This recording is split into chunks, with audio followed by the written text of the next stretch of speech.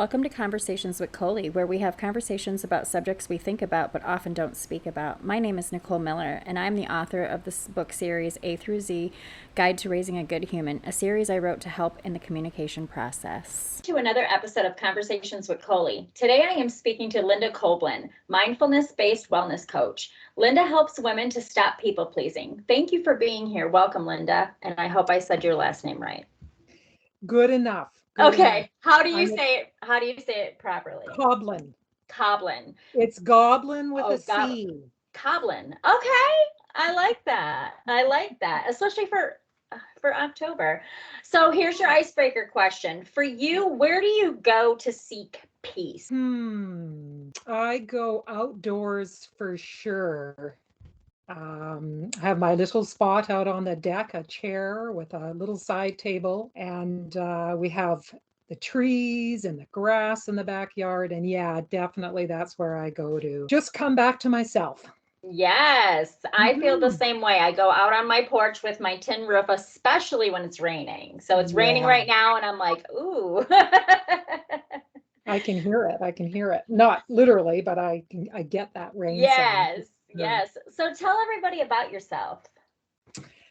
Wow. I was excited that you might ask this question. It's kind of like I feel really privileged to be asked that. About myself. What comes to mind is a really athletic, outgoing, a real adventure for self-development and getting to know myself. And my journey has been somebody who was very disconnected with herself, kind of living life out of my mind and out of what everybody else wanted, and really just learning how to come back to myself and just loving myself and giving myself lots of permission to just grow and be my best me. So, I love it. So going into mindfulness, did you experience any childhood trauma that kind of might have led you to be more of a people pleaser, more on that side, to then journey over to mindfulness? How did you end up choosing that path? Yeah, I would say that not trauma per se, nothing out of the ordinary, but the ordinary. Life is difficult. You make sense of the world as you're growing up, and you tend to take everything personally. And at least for me, that I was responsible, did something wrong. Maybe it's my nature. So that, I guess for me, it was I developed a lot of self-doubt, fear, easily into overwhelm, kind of like really in my head about who I was. And like I say, I was so disconnected. I just was really unsettled, couldn't decide what I really wanted to do. I mean, I had a lot of success, meaning like socially with friends, sports, had a really great time. But at the same time, I felt really stuck and scared. And and sure, it comes out of society, it comes out of parenting and who I am in that dynamic. But mindfulness meditation was what I was drawn to be still for some reason. Maybe because I was such a monkey and so antsy and couldn't sit still. I always wanted to be still. And I really it was it was that big, that's what I want decision for me. And I really just said, I'm going to do it. And I just started to sit quietly, and then eventually took courses, and it's been life-changing for me. Yeah. Can you explain to people who might not know why mindfulness is important? Yeah, mindfulness is really what it is it's a way of being, in that you become totally aware, observant of who you're being, what you're doing, what you're feeling in your body, what your thoughts are at every moment of your waking life. Yeah. It sounds like a big job, but what it is it's just a real serious coming to know yourself with acceptance, like without judgment. So it's a real, so that when you are feeling overwhelmed, you know it, and you can take care of yourself. when you're in that state. It's not like you no longer experience difficulty, struggle, Right. pain, fear, but it's that you become aware of it and you give yourself permission to take care of yourself so you can find balance again. So just a real awake to yourself and acceptance of yourself way of being. Yeah. Yeah. Yeah. I Yeah. am all about mindfulness. Are Um, you? Hugely. And it's good for self-discovery. It's good for healing. It's good for so many different things, but it's hard to explain to people how you can come from maybe a traumatic situation to a more quiet and still and mindful state of mind. So can you just kind of share with us how you can get out of that rat racy kind of in your head, beating yourself up kind of state of mind to a quieter, more mindful state of mind? I love that. You put that so well. I guess the other big aspect of mindfulness is being able to direct your attention. And this is what sitting and meditating kind of is all about. It's all about choosing to very traditionally, you would follow your breath. You would sit for even a minute if you were someone who was just starting out. Sit quietly, still, somewhere comfortable, and pay attention to your breath. And what this paying attention does, or this training your muscle of paying attention, is you can choose to not pay so much attention to your thoughts, which tend to be, if we're not careful and if we're of a certain type, in my case, very highly sensitive and critical, if you get caught up in those thoughts and thinking they're real, well, that's going to create how you feel. But if you realize, oh, you've got these thoughts going on, I'm going to choose not to pay attention to those so much, but instead pay attention to the sensations in my body. You start to build that space between your thinking and your thoughts and how you actually are in this moment. And in this moment, we generally are okay. It's like if we took our thoughts away, we might find that our body is actually quite calm, or, I'm breathing okay, I'm feeling okay. It's just that when I pay attention and listen to those thoughts, I start to get that revved up breathing and heart rate and fear. So Yeah. it's that classically, it's that space in between our thinking, especially our negative fear thoughts, and how we are in this moment right now, and creating an opportunity to choose how we want to feel. Mm-hmm. And that's the empowering part, is building that ability to choose. And you find over time, if you practice it, you can bring yourself to calm, to okayness, to less fear. Mm-hmm. And that's the magic of it. Yeah, and it Does that is make true. sense? Yeah, it makes total sense to me Yeah. because I suffered a physical injury. I found meditation to help with that. I Mm. was cruising along on YouTube and I found a meditation breathing for healing uh, organs, broken bones, and things like that. And I was like, let me try it. I can't do much except sit. And what I realized is that I don't pay attention to how I breathe. I don't use my lungs all the way when I'm Mhm. doing all the things. I'm not Mhm. paying attention to how I'm reacting, how I'm acting. And once I understood that, then I could understand everything else, and it just started kind of clicking for me on how to quiet the mind and how much anxiety my own mind was causing me. Yes, Mhm. exactly. It's the thought. It's kind of like it's both ways. It's you can get triggered and have that, for me, that real butterfly nausea in the tummy, which tells me that something has caused discomfort. I don't always know what it is. It Mhm. can be pain, like in your case.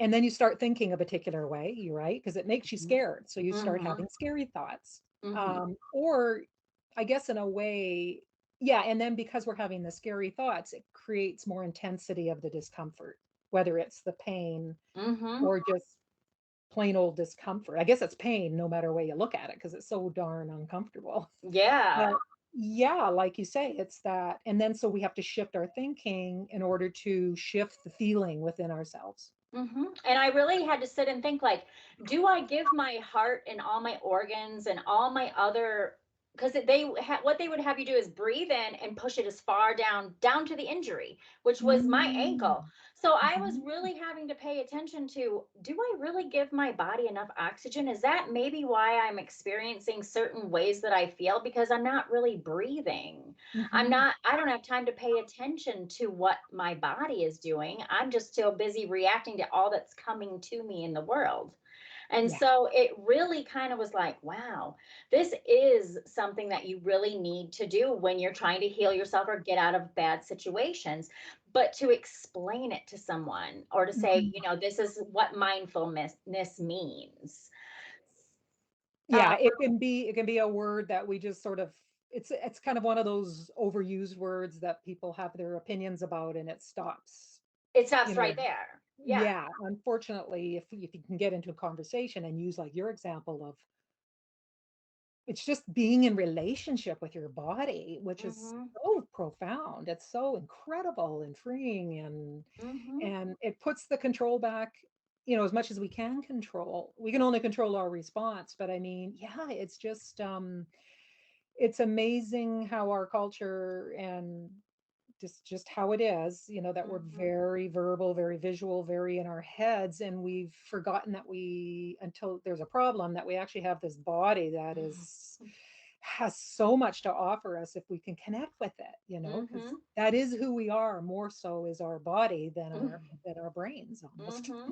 Exactly. Yeah. Exactly. So, in the healing journey, how does one begin to recognize that they are in a state of toxic behavior where they're not being mindful?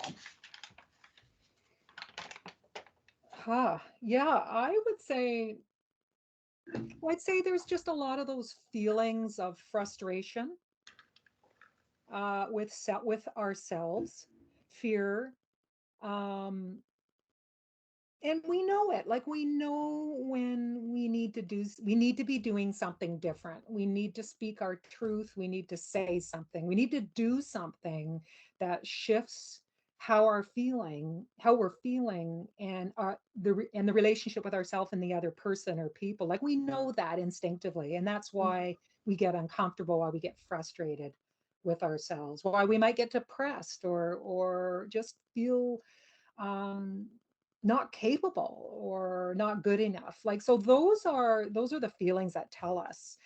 Um, and this is the other relationship part, right? How we relate to these feelings is not that they're true and we are those things. It's just that we are temporarily feeling like we need to do something different. And I have learned, and anybody can learn it, that instead of looking outward, uh, like in the case of it's a person, like if it's a situation where things aren't going well and you, as a people pleaser, you feel you need to fix something external or say something or do something for somebody. That's not where the fix is. The fix is to now look inward and to allow yourself to feel the discomfort, to feel the confusion. This is step one, to allow ourselves in the most caring way we can, because we're scared children at this point, eh? We're just in that, we go to that place where we don't have the skills. We're like that young kid again. Hmm. And to give ourselves real permission to look and see, well, what do I need to do? What do I really need to do here for myself? Hmm. To transform this situation. Yeah. Yeah. Yeah. So, for people who don't know, what is people pleasing? Because sometimes Yeah. people don't understand that they are a people pleaser, or they don't understand what that means. Mhm. And again, probably many people will describe it in different ways, but right off the bat, people pleasing is like it's two things. It's a beautiful sensitive personality person. Yeah. It's a lovely person who wants the best for pretty much everybody else. Maybe they don't do it enough for themselves. And this is where the learning needs to happen. They want to be helpful, they want to be caring. But a couple things The problem with it is that we've learned that probably out of trying to control our environment, because we feel people, if they're upset or we might think they're disappointed with us. And that we learn young is a very uncomfortable place to be. We learn somehow that it's our fault and we need to do something to make the environment, the other people, okay. Mhm. So we tend to be behaving in such a way that we need that person to validate that we're okay. If they're okay, we're okay, right? And Yeah. we get caught in that feeling of having to please other people to get that validation for ourselves. That's a real big piece of it, is that we've just learned, we made decisions when we were really young. And the exciting thing is we can go back and take a look at these incidences through different exercises and stuff, um, and see that we misinterpreted something somewhere along the line. It's not our responsibility to make other people okay. We can be okay with ourselves and work with other people, but it's not our responsibility. So yeah, a real looking outward for validation, is a real big part of people pleasing. And what it looks like is just, oh, you can't, you really have difficulty saying no Yeah. to people, your friends or your family, when they want help, is a big one. And you end up, even when in your heart you had something else planned, or you're really tired, or you wish they didn't always have to come to you, you're just too scared to say no, to say, hey, can we kind of work this out in a little different way. So what you're not good at as a people pleaser is putting yourself first, or Mhm. at least as part of the equation, so Yeah. that you can remain healthy as an individual and be of service, the service you want to be with other people. So you're not putting, somehow you've believed somewhere along the line that you're not important enough to put first and to stand up for yourself.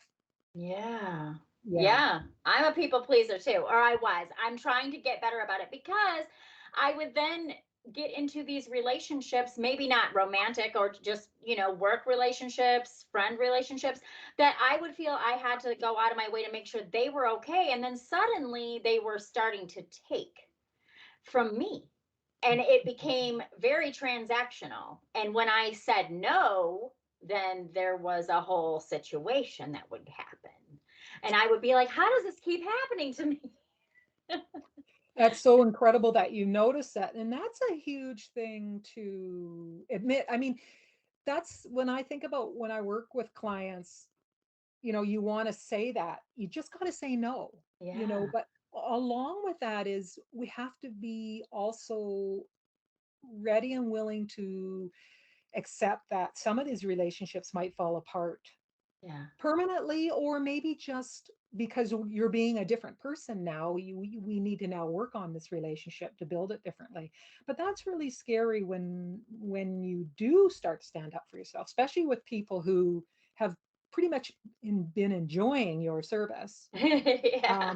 How scary that can be. But it's, yes, we might have to give up. And sadly, we don't want those people in our life. And maybe when they see that you're now standing up for yourself, they will adjust too, if they want to be part of your life. And if they don't, well, then we're just better off without them. And not Yeah. to be mean, it doesn't. And I think as people pleasers, that's what happens there is we think we're being mean, or we're being selfish, Yeah. or we've done something wrong to piss that person off, when really Yeah. we have bumped into their issues. And in a way, it's a gift to them. So you can still know that you're being a great person, because you're giving them the gift of, you need to do some waking up with Yeah. yourself, right? And if you're not Yes. interested in going there, well, I, I wish you the best on your journey. But we can't, it's not working. It's not healthy for me, and it's not healthy for you for it to continue this way. So huge step for you too, Nicole, Yes. that we It was recognize these huge. things. Yes, Yeah. and it took up a lot of my life to Mhm. be a people pleaser like that. It took up a lot of my life because I would have to make myself available for them to feel better as they were going on their own life journeys. And I was staying stagnant because I was having to be that crutch for them. But I Mhm. needed to do that for them, I felt.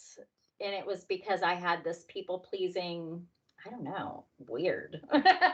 Well, you make a very good point, and that is, well, I mean, we only do things because we get something from it, right? And Yeah. sure, as a people pleaser, you get a lot of, you get praise, people like you. Man, and I was an excellent people pleaser. I was really proud of my people pleasing skills, and I still am, but now I do it with awareness. But Yes. yeah, I got a lot of praise. People liked me. I was someone you like to have around. I was helpful. I was a lot of great things, but like you say, you get to that point in life, maybe it's a certain age where you start to, where your values start to shift, and you realize that, it's not really for the best reasons. You're hiding part of yourself, or, Mhm. yeah, you're just doing all of this to get okayness. And really, you start to see that you need to find that okayness within yourself. Mhm. It really starts to become obvious, because once you start, achieving certain things, and maybe, you've got stability in life, you do start to shift and think, what else, something's missing. Mhm. And it so often it's that relationship with ourselves, you know. Mhm. Yeah, 100%. And I think too, if our confidence is a little shaken, we tend people with a low self-esteem, I think, tend to be more people pleasing because they feel like they have to be to belong. Mhm. Mhm. Yes. And that's that understanding we might have had as a little kid, is incidences happened, maybe within family, friends, wherever, that shame came in, like, maybe you did say something that triggered something in someone else, and they shouted at you and blamed you, right? It got really, really mad at you, and you, in your sensitive self, took it like, you've it's me, I'm just so horrible, and that shame, that lack of self-worth is just so true for you, that you start trying to be a better person by serving other people, Mm. and but you're not really getting that shame, and lack of self-worth is not true. Like, at some point we need to take a look and go, well, is that really true? And no, I mean, we could blame the perpetrator for not managing their own behavior, or just explaining or apologizing and letting them know, I'm sorry, it's not you, it's me. People don't do this, right? Because Right. other people are not, they're just doing their best in the incident, you Yeah. know. But at some point we get to revisit that place where we started to build this sense of shame and unworthiness, and say, no, I misinterpreted it. It really didn't, it wasn't about me, it was about the other person, and I am okay. Mhm. and and then we start to build on that we simply are okay doing the best we can. We're all people doing the best we can, Yes. making mistakes, learning, and that's the process. Yes, I agree 100%. And you don't hear a lot anymore of people saying, "Hey, I made a mistake." It's a lot of, "Nope, it's your fault, point fingers," and try to do that whole thing. It's empowering to be able to say, "No, I made a mistake. Thank you for teaching me." Yeah, yeah, it's funny that came up, because it's been a very, I mean, we are always making mistakes, as one way of saying that word. But some of them, I guess, get big enough that we feel horrible and embarrassed and Yeah. want to run away from our own skin. But Yeah. it's so, and this is what's so exciting about personal development and mindfulness, and really taking a look at ourselves, is, I really saw myself going down that road of, and all I did was I presented a topic in my Facebook group, and I really felt like I just lost my line of thought, and I had so many things I wanted to say. And anyway, it didn't go off like I wanted it to. And I just later on in the day started to feel like a real idiot. And But I have my three things that I know I say to myself now. One is people, we tend to be the center of our own worlds, and we think, well, other people are that, paying attention to us like we pay attention to ourselves. But that's not true. People just observed and then they get on with their life, right? Maybe they had a thought or two, but they're on with their life. They're not thinking about me anymore. What they are seeing and hearing, who knows, right? Because we're all coming from our own perspectives. Maybe they did get their little bits of information out of it, and that was good enough. They didn't even think about the rest.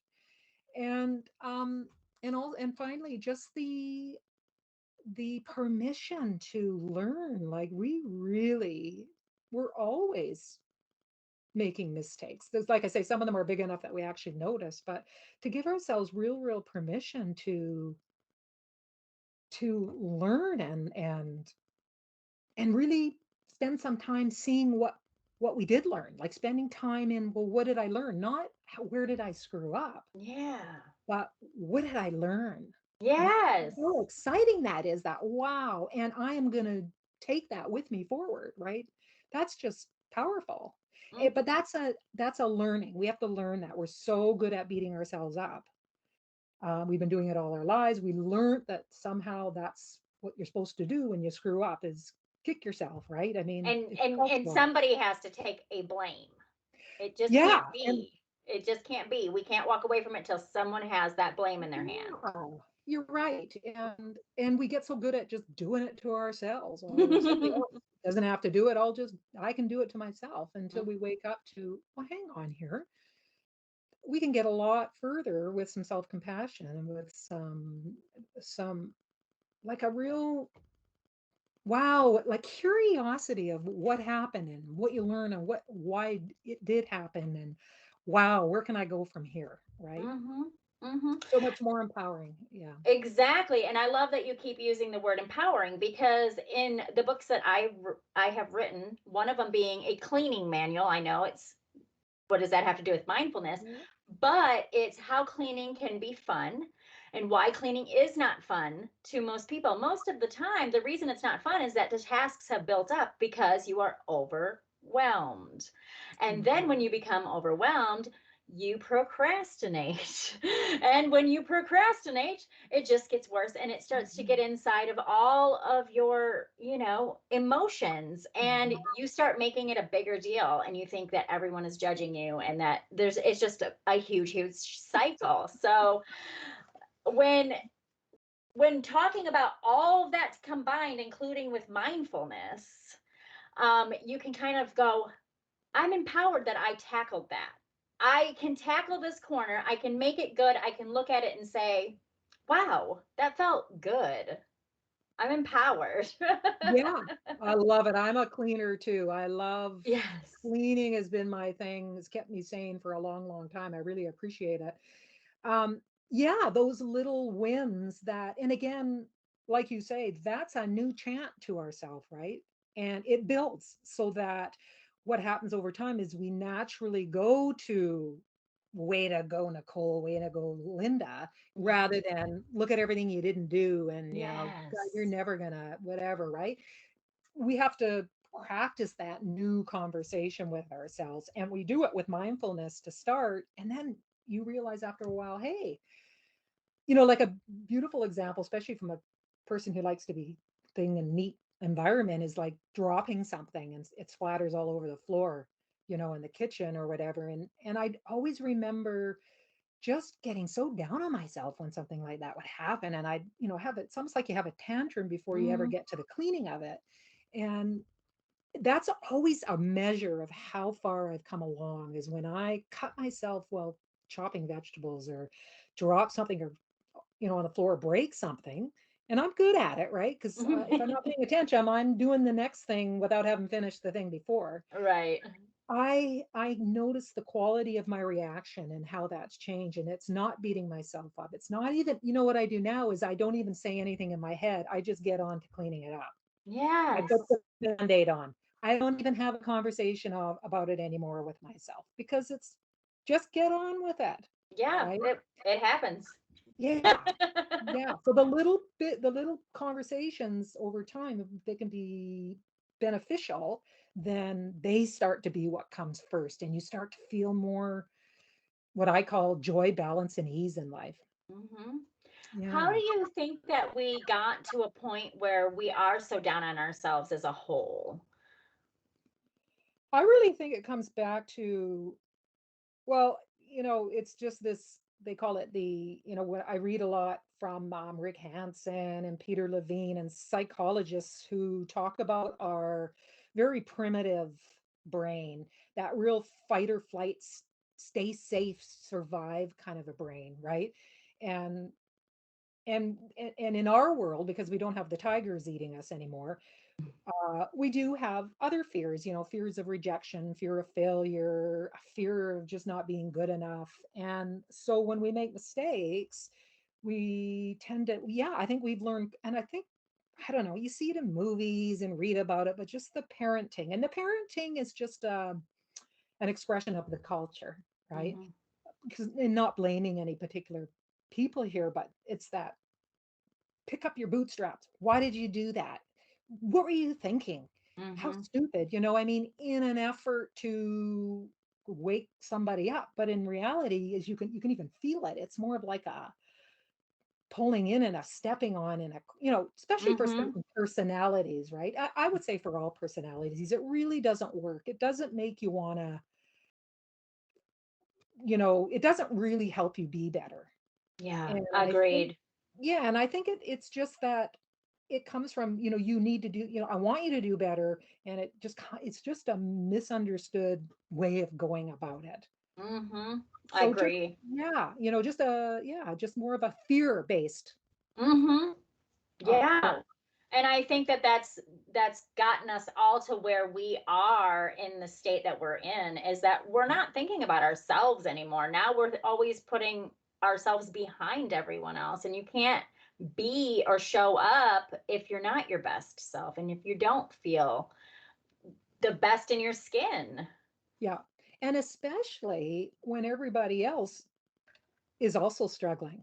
Like we don't Mm-hmm. see that, but when we realize that, which is that whole self-compassion and compassion for others, which is another overused word. I'm sorry that I'm Yeah. using it, No, but no, I mean, I mean, when we realize that everybody else is suffering in their own unique way, um, then we're more equal than putting people, making people, or thinking people are better than us. yeah. Yeah, maybe they do better in certain areas. But at the end of the Um, day, who cares? Is that yeah, work? like if you sat down and had a conversation with them, you would find similar things that you struggle with, right? We all experience pain and we're all working through stuff. And so with that knowledge, it tends to equal the playing field so that we don't have to compare ourselves to others in a way that puts us down again. Mm-hmm. You know? Absolutely. Yeah. Absolutely.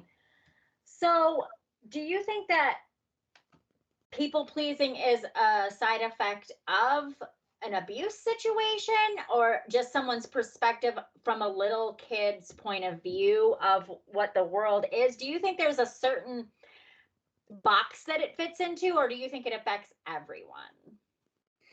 Oh yeah, it's all of what you say. It's physical, mental abuse, but it's also the lighter stuff, for a lack of a better word, of, just like, when parents are busy, and as a kid you're doing what you do and you make a mistake or you say the wrong thing, maybe you were rude or maybe you made a mess, and the parent shouts at you, right? Mm-hmm. Maybe they use words like you stupid or something out of anger, of their own frustration. And this is what I call, I mean, and this is damaging, Mm-hmm. but it's also it's not purposeful, right? Parents don't do that purposefully. Right. But that in itself can be traumatic, right? For a young kid, we get scared, we think, and depending again on your character to start with, Mm-hmm. like I know I'm a highly highly sensitive, highly emotional person. I just am. And I probably had strong characters in my family, that and those two, right, Mm-hmm. creates a dynamic. But I just took things very personally. Yeah. And it never got discussed, or, like I didn't say anything to anyone because I thought it was just true, right? Mm-hmm. That there's something wrong with me. I'm not smart enough. I'm not good looking enough. I'm not whatever the whole shebang. And, most people didn't, if I had actually brought it up, they would have said like, well, I didn't mean, that's not what I meant. Yes, right. Aggravated. So, but those things don't those conversations don't happen. You just end up growing up fulfilling those beliefs in yourself, right? Mm-hmm. And that's a lot of what I talk about is, we are not our thoughts.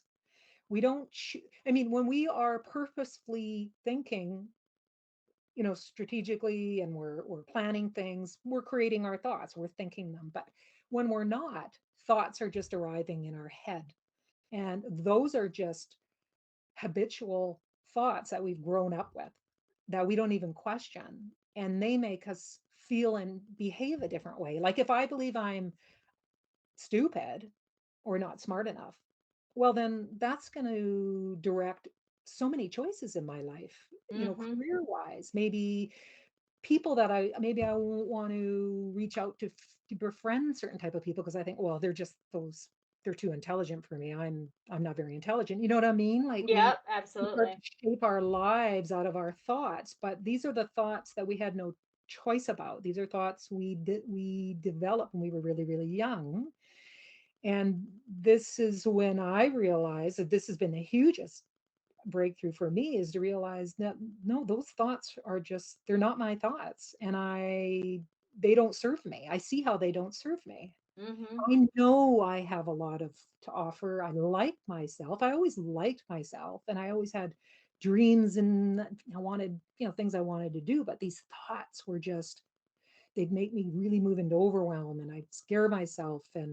But I Oh. realized through mindfulness and my meditation practice that, and it's just a basic truth that these thoughts are not ours, and we can start to consider them, see where they come from, and then decide that they're not true for us, and then start that planting in new Mm-hmm. beliefs, How right? did When you the how sorry. did you find, I'm sorry, how did you find meditation? So what brought you to meditation? Well, as I said, I get, I was just sort of, I remember really early on when I did try it. I tried it a few times as a teenager, but I felt like an imposter, sitting there in that traditional meditative, cross-legged on the ground. And I don't know, I guess I was seeing it in books and in movies, and it was just It drew something that, you? Yeah. yeah, you know. Um, and then I don't know, it's just over time. I guess what happened is somebody told me they went to a 10-day silent meditation retreat somewhere that was accessible to me. And I knew right then and there, I want to do that.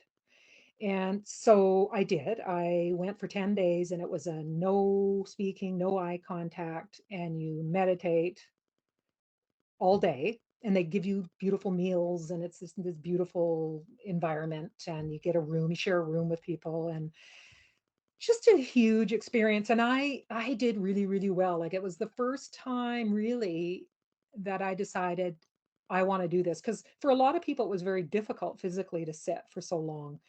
But for some reason, I had decided, no, I am doing this. I'm going to sit through this pain, and I am going to, I just knew, it's the one thing that I'm so excited to say that I really, really knew, because I wanted to be one of those people that really knew something. Yes. And this was one of those things I knew. And then from that point on, I remember I went home hugely transformed by the conversations, because they did teachings in the evening, and it just shifted my perspective on everybody else and myself. And I made a commitment to myself to sit Monday to Friday. I guess because I always like to give my weekends off of anything that's habitual if I can. Right. And I started with a few minutes, and I moved up to about an hour. And it's what I needed. I needed to stop and tune into myself. Yeah. And it has been everything and more that I imagined it to be. And I love it because it's free. I mean, you got to Yes. pay a little to learn and to get some coaching, but you can do it anywhere you want.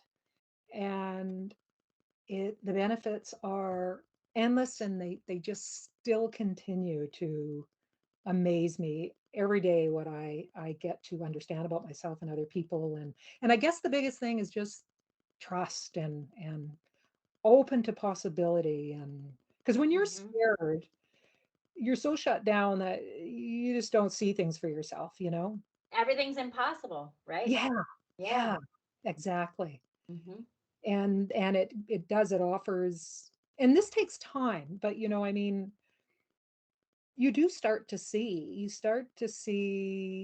that things aren't as you perceive them to be, because again, from fear and self-doubt, you look outward with that perspective, shading everything, right? You don't see outside of, well, we're all like that. We just see what from our perspective. Yeah. And if we learn, like if you ask somebody else, well, what do you see? And there's someone with more possibility and freedom and lightness in life, you're like, oh wow, you see that. And then Yeah. you start to learn to see differently. And Yeah. you see in a way that serves you. And when you take care of yourself, your relationships your relationships just start to blossom. They're more real. Everything you do, you just do it with more meaning and purpose. I could go on and on and on. Yes, and I agree with everything you're saying because it's Yeah. so true. And you have more energy. I tell people I get up at 3:30 in the morning. Do you know they look at me like, what? I said, You're a yeah, morning person too. yeah. Yes, it's I walk so exciting. outside in my bare feet, 40 degrees, nothing on, like a jacket. And I mean, I have pajamas. But I just look up at the sky for a few minutes and just breathe a deep, fresh breath of that cold, crisp air. And Mm, it's wonderful. It's better than coffee. like you said, and that's what you need, and that's when yeah, when we can sort of tap into and that's a part of knowing ourselves, is just allowing ourselves to fall into our own rhythm, Mhm. which is that's what you're doing. And when when it feels right, it just you get the most from it. Hmm. And when I tell people about it, they go, well, I don't have time for that. My life is busy. My life's busy too. I work two jobs. Yeah, yeah. But that this is what's going to, like you say, give you the energy and Yeah, the inspiration and the ability to do all those other things yes. And to with so much smile. more depth. Yeah, Yeah. yeah, And just yeah. and really feel that and really feel that smile. It's not a fake smile hiding the pain. It's a Yeah, good, genuine, happy to be here, happy for today, living in this moment yeah, life. you're right. And I'm glad you said that. It's not about just happy. It's not about being happy in a sense of smiling, like you say. Hmm. It's I really like that word ease. It's just a balance. And like again, not like crap's not coming your way. Yeah. But I always like John Kabat-Zinn's statement, and he said, I don't know if it was his, but I learned it from him. You can't stop the waves, but you can learn to surf. Yeah. And it's that ease of approaching of you're really with the good stuff and feeling the good stuff. And when the difficulties and the challenges come along, you're there, you're present to that too. You're not Hmm. shutting down, you're open to it. So I just see it as more of a flow rather than a jerky, I guess, Hmm. approach, 100%. Yeah. 100%. And I Yeah. used to be that closed person. And I saw everything in the worst case scenario. And I got that most oftentimes. But when you can get to that more mindful state and you can recognize that about yourself and you can change that, it helps in every avenue of your life. hmm And I just wanted to say, like, just in preparation to doing this with you today, like I sensed, at first it scared me because I sensed so much ease and playfulness in you. And there would have been a time in my life that I would have thought I couldn't have done that. Oh, I can't, this isn't going to work. But no, I just thought, no, I'm just going to go with that and trust that and let that come out of myself too. And Yeah. so, you did that for me. So that's to be open to that. We have to be open to that. Uh, Yeah.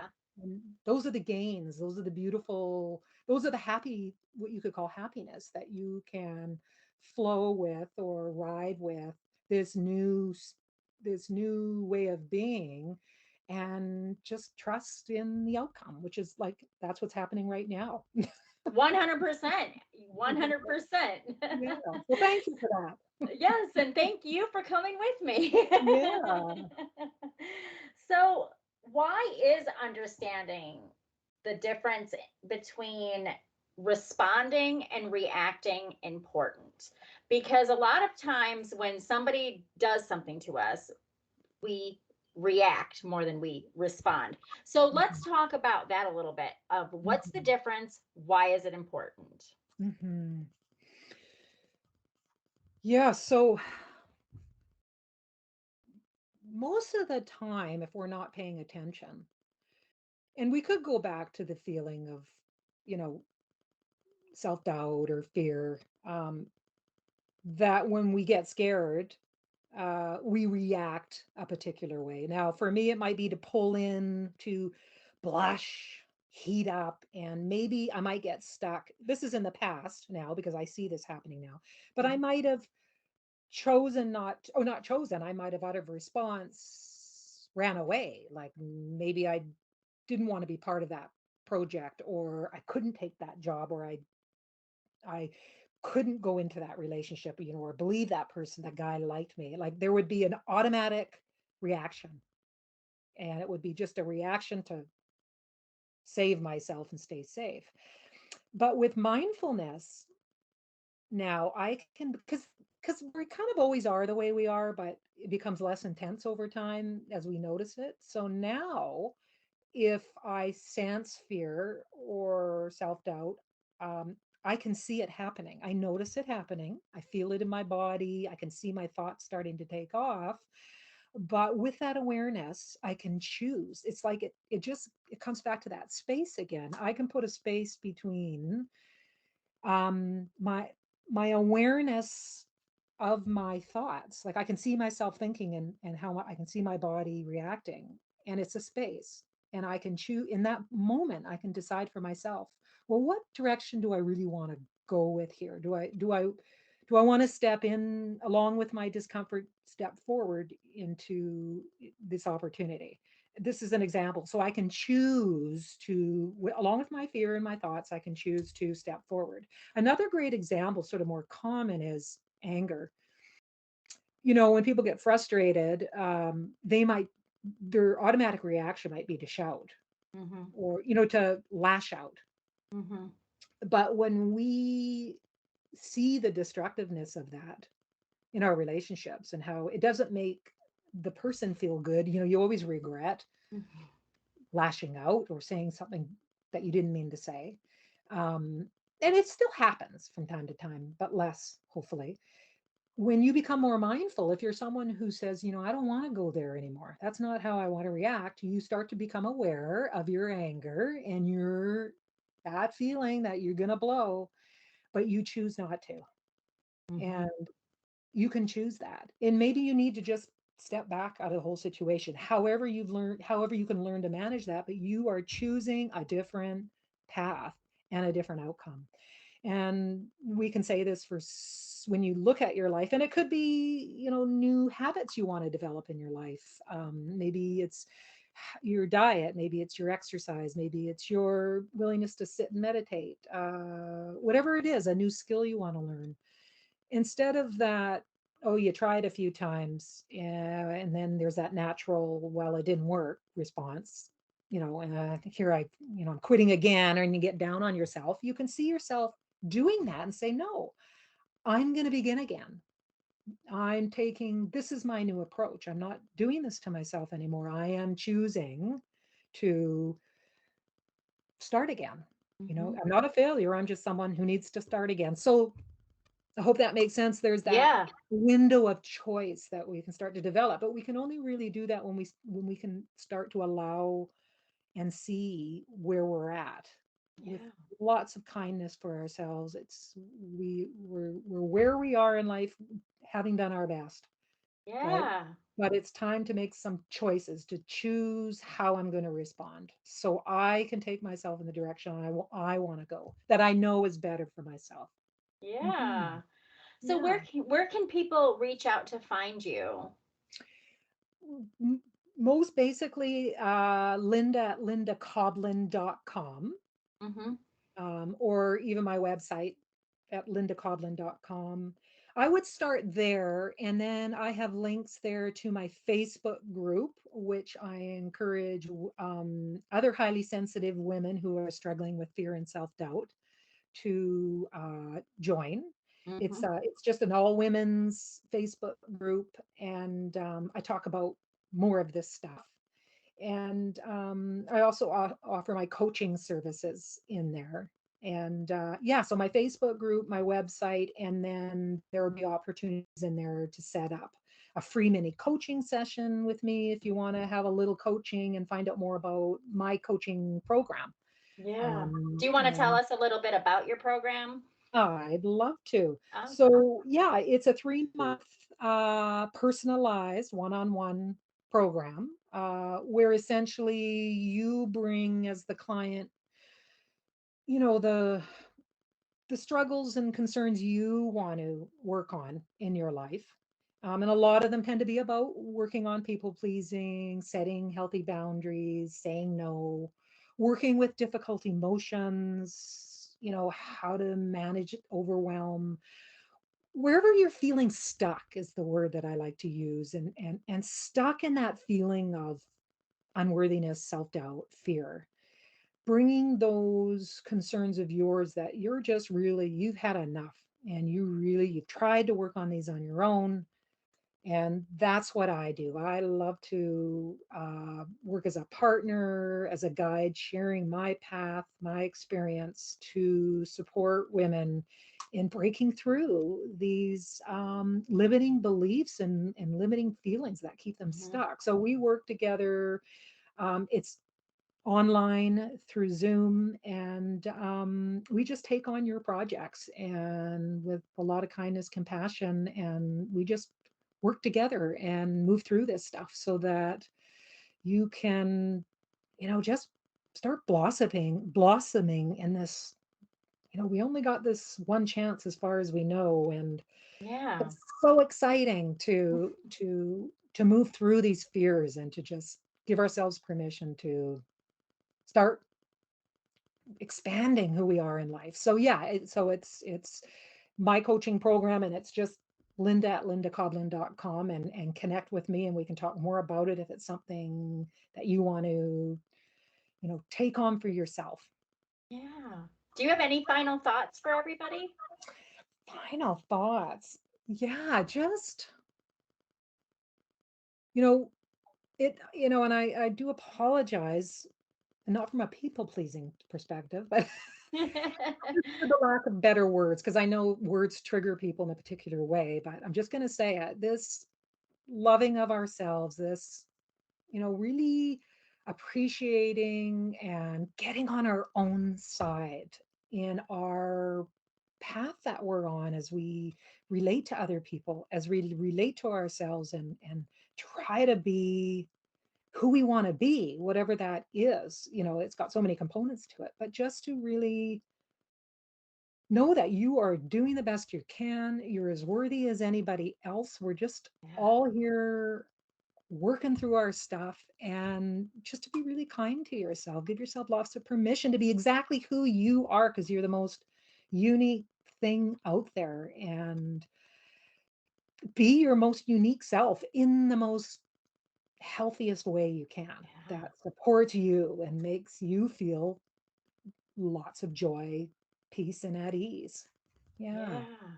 I love that message because I think a lot of people need that. They Yeah. need to have that. And I think that that is pivotal to anyone's healing is to just allow that for themselves. So thank you so much, Linda, for spending this time with me and having this conversation with me. I've enjoyed it. And I have to, and thank you so much, Nicole. It's been Yeah, wonderful. it's All been the a best to pleasure. you and your journey as well. Yes.